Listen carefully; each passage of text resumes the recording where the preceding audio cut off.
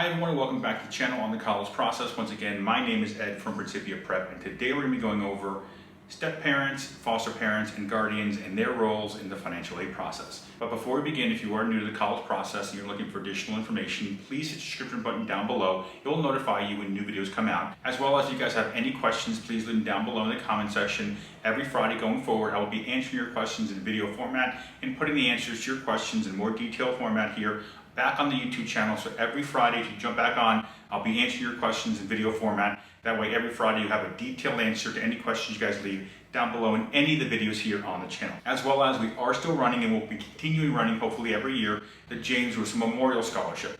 Every year, our goal is to give out to seniors graduating high school, going off to college, as much money as we can based on the views you guys give us here on the channel, as well as all the different commercials you guys watch throughout the videos that allow us to fund our scholarship program, the James Russo Memorial Scholarship. So every year we use those funds to give back to the senior class that's heading off to college in the form of scholarships. So if you want more information about the James Russo Memorial Scholarship, down below in the description is a link to the video, the James Russo Memorial Scholarship, to explain how our scholarship program works here at Principia. As well as also down below in the description is also our organization's Venmo, as well as our buy us a coffee, if you guys would like to help support the channel, allowing us to make these videos for you guys out there. And all that being said, let's jump right into today's video: step parents, foster parents, and guardians, and their role in the financial aid process. Now let's first start off with the step parents. Now once you guys are remarried, regardless if the student takes your name or not, or whether you guys adopt a student as step parents, essentially, it doesn't matter. Step parents' financial information counts on all financial aid forms.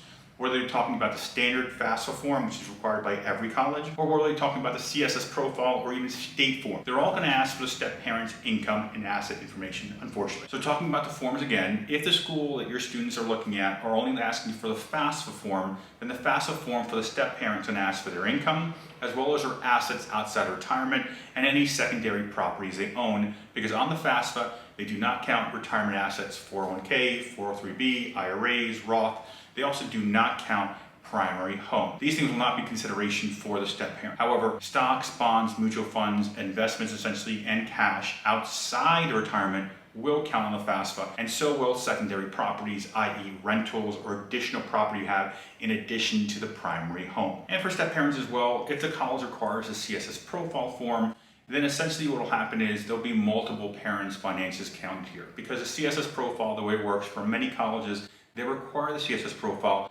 They will ask you for step parents, both your retirement assets as well as your primary home information as far as the equity in your primary home. So if the schools you guys are looking at are requiring the CSS profile, you have to realize if you guys are divorced, the biological parents, and if you guys are both remarried, since the CSS profile for most schools does not care if you're separated or divorced, it will count both biological parents. So if either one of you guys or both of you guys have step parents in place, then essentially all four of your information is counted. And for the CSS, by the way, since it's counting all four of you, the CSS, as I mentioned before, also counts all your financial information, both retirement and non-retirement assets, as well as all properties, primary as well as secondary properties as well. So you might be wondering as a step parent, well, what if I don't adopt a student? Is there like a loophole here if I don't adopt a student? And the way it works is it doesn't matter whether you adopt a student or not, whether they take your last name or not.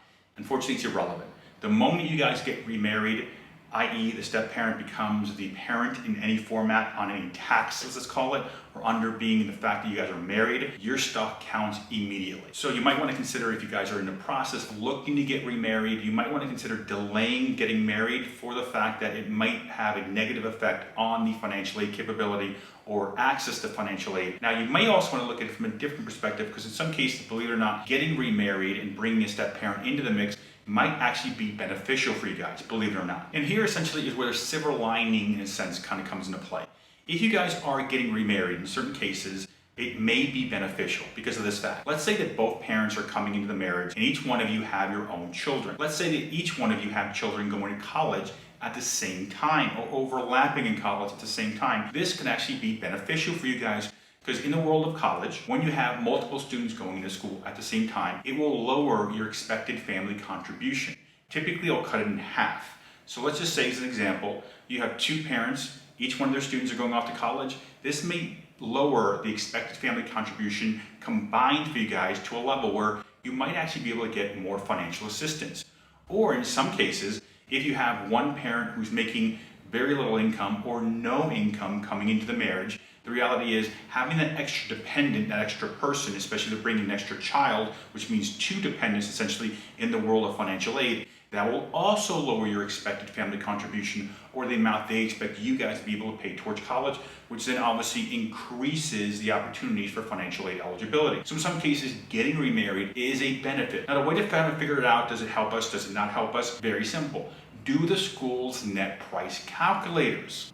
And nowadays, finding a net price calculator is very simple for almost every school to calculate what would happen if we have one student going to school, multiple students, multiple incomes, multiple household members, etc. And if you want more information about net price calculators, and I also have videos here about the net price calculator process and how it works. And if you want more information, I'll link the videos down below in the description. That way you guys can watch those videos too, to kind of figure out what happens if we do get married, if we don't get married, combine incomes, combine assets, combine household, multiple students in school, so on and so forth, how it's going to help us or hinder us in the process. So this is something I would definitely be doing, the net price calculators, if you're looking to get remarried. Now with the step parents kind of out of the way, let's start talking about foster parents and guardian. Now as the godfather to my sister's 3 kids, my sister actually asked me once before I became their godfather, that as their godfather, when I did become their godfather, I guess officially let's call it, my sister wanted to know, as obviously every parent wants to know, whether godfather or godmother, what happens if something happens to me or my husband or family, let's say the parents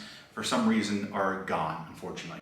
And obviously as godparents, we step in, would I be willing to adopt her kids? And I actually said to my sister, no, I would not adopt your kids. It's not because I don't love my nephews and nieces, it's because of the fact that I understand how the system works. And you see here is the fact that as a guardian or a foster parent, your financial information does not count on any financial aid forms whatsoever.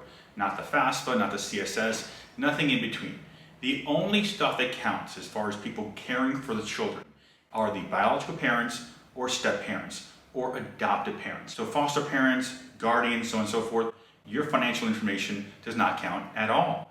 The way it works is basically look at foster parents as well as guardians, essentially rental parents, let's call it, where you're basically renting the student in a sense, caring for them up until the age of 18 or essentially until they go off to college. At that point in time, your financial information doesn't count on any financial aid form. So essentially if I was to adopt my nephews and nieces, I would forego that process and essentially burden them because of my income with losing financial aid eligibility. Now you may be wondering, well, how does this work essentially? Because obviously the U.S. Department of Education and colleges realize the students have to support themselves in some fashion if the parents are then taken out of the equation.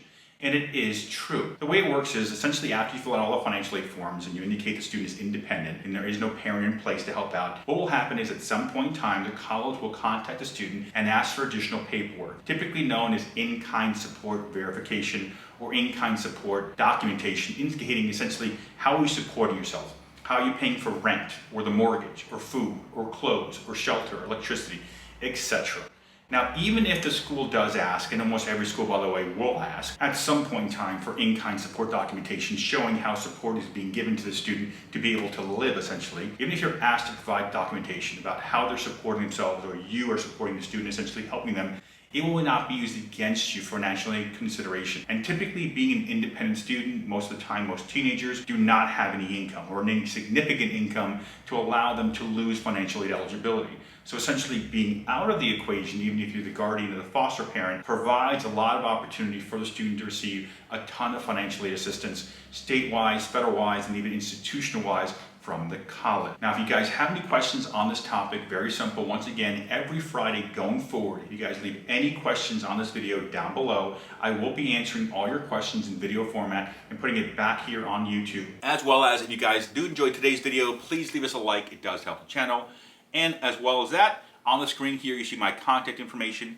If you need help with the financial aid process or the admissions process or anything college related, to be honest with you, very simple. On the screen is my contact information. I do sit down with families on a one-on-one basis through Zoom to help families out with their specific college situation. So if you do need help with your college situation, just reach out to me. You can reach me by text, email, or just give me a call. Other than that, thank you for watching today's video. Once again, my name is Ed from Principia Prep.